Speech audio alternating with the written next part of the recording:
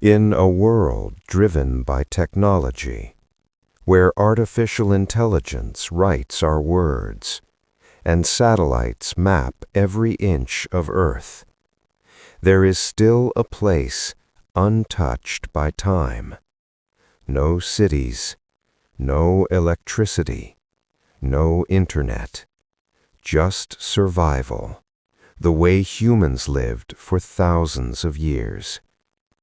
In 2026, while millions of Americans wake up to alarms, check their phones, and scroll through endless notifications, a small tribe in East Africa wakes up with the sun, not to go to jobs, but to hunt for food. Because if they don't eat. This is the story of the Hadzabe, one of the last true hunter-gatherer tribes on Earth. The Hadzabe live near Lake Eyasi in northern Tanzania in East Africa. This land is dry, harsh, and unforgiving. Temperatures often rise above 86 degrees Fahrenheit, and water is never guaranteed. Yet for thousands of years, the Hadzabe have survived here. Scientists believe the Hadzabe are among the closest living relatives to early modern humans. Their way of life has remained almost unchanged for over 50,000 years. Long before cities like New York existed, before the United States was founded, humans all over the planet lived exactly like this: hunting, gathering, surviving. The Hadzabe are not just a tribe, they are a living window into our past, a past we've almost forgotten. But surviving in this environment requires skills most modern humans no longer have. In the next chapter, we follow a Hadzabe hunter on a journey where failure means starvation. The sun has just risen over the dry plains of northern Tanzania. Near Lake Eyasi, the world begins quietly. But for the Hadzabe, silence does not mean rest, it means preparation. A hunter steps forward, bow in hand, arrows carefully made from wood and stone. There is no factory behind these tools, no metal workshop, no modern supply chain. Everything he carries was made by hand. He begins walking into the bush. No map, no GPS, no compass, only memory and instinct. Every step matters here, because in this land, the difference between success and failure is the difference between food and hunger. Suddenly, he stops.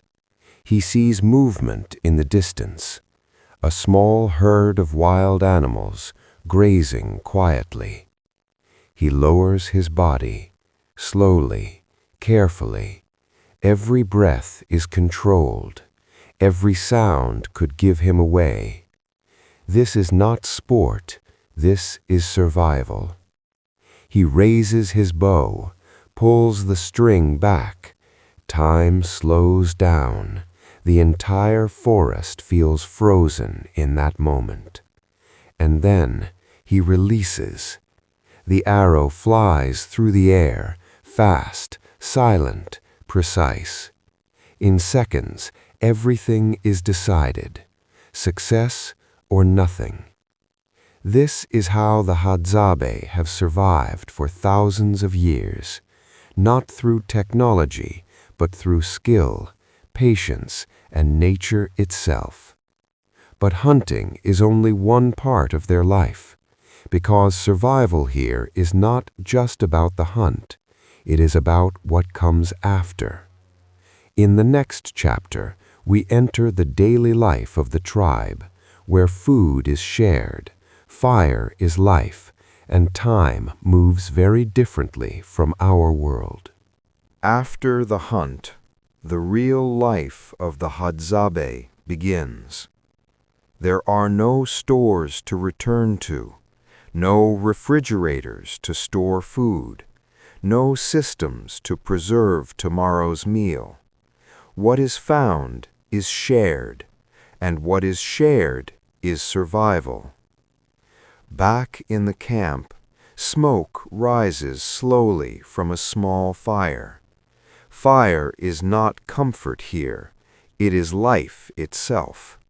It keeps them warm at night, it cooks their food, and it brings the tribe together. Children sit close to the fire, listening, watching, learning. There are no classrooms, no teachers. Life itself is the lesson. The Hadzabe do not live by schedules, they live by need. If food is available, they eat. If not, they search again. But one of the most important foods in their world is not meat, it is honey. To find it, they follow something extraordinary, a small wild bird called the honey guide. This bird does something almost unbelievable. It leads humans directly to hidden beehives deep inside the forest.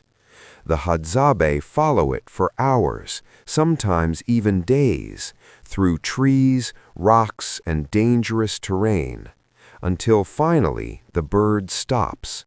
The hive is near. But this is the most dangerous moment, because inside that hive is thousands of angry bees. The hunter climbs, carefully, quickly. Smoke is used to calm the bees, but not eliminate the danger. One mistake, and the forest becomes a storm of stings. Yet they still take the risk, because honey is not just food.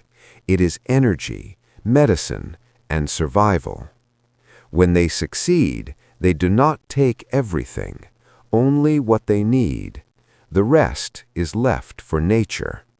This balance is something the modern world has almost forgotten. Take only what you need, and nothing more. As the sun begins to set, the tribe gathers again around the fire. No money is exchanged, no leader gives orders. Everything is shared equally. And as darkness covers the land, the Hadzabe return once again to silence, ready for another day of survival. But outside their world, change is coming, and it is changing everything they have known for thousands of years. For thousands of years, the Hadzabe lived without interruption. No borders, no governments, no outside control, just land and life. But in the modern world, nothing stays untouched forever. In the 1960s, after Tanzania gained independence, the land around Lake Eyasi began to change. What was once open wilderness slowly started becoming farmland. Government policies encouraged settlement, schools, villages, and agriculture. To most of the world, this was progress, but for the Hadzabe, it meant something very different. It meant loss. Their hunting grounds began to shrink. Forests that once provided food started disappearing. Animals moved farther away. Water became harder to find. And with each passing year, their ancient way of life became more fragile. Tourism also arrived. At first, it brought attention and curiosity. Visitors wanted to see a primitive lifestyle, a living connection to the past. But curiosity can change everything. Some members of the tribe began interacting more with the outside world, using money, wearing modern clothes, and relying less on traditional survival skills. What was once a completely self-sufficient life started mixing with a modern economy, and with that, a question emerged. Can a 50,000-year-old lifestyle survive in a 21st century world? Because modernization does not always destroy instantly. Sometimes it replaces slowly, quietly, almost invisibly. A road here, a village there, a policy change, a school nearby, and suddenly a civilization begins to fade. The Hadzabe are not extinct, but their world is shrinking, and with it an ancient version of humanity is disappearing. But this story is not just about loss, it is also about something deeper. It forces us to ask a question we rarely think about. What does it truly mean to be advanced? Is it skyscrapers, technology, and cities? Or is it knowing exactly what you need to survive and nothing more?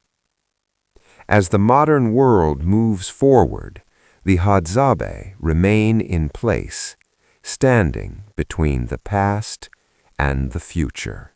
As the sun sets over the vast plains of Tanzania, the world of the Hadzabe grows quiet once again. Fire crackles softly in the darkness. Shadows move slowly between the trees, and life continues the same way it has for thousands of years. But beyond this land, the world is changing faster than ever. Cities are growing, technology is evolving, and modern life is expanding into every corner of the planet. And slowly, almost silently, ancient ways of life like this one are disappearing. The Hadzabe are still here today, but for how long? No one truly knows. Because when a culture does not write its history in books, it lives only as long as its people remain. And if one day they are gone, we will not just lose a tribe, we will lose a living memory of who we once were. Before money, before cities, before technology. This is how all humans once lived. The Hadzabe are not separate from us. They are a reflection of our beginning. So the question is not only about them, it is about us. In the rush toward the future, what parts of our past are we leaving behind? And what will humanity become when everything ancient is gone?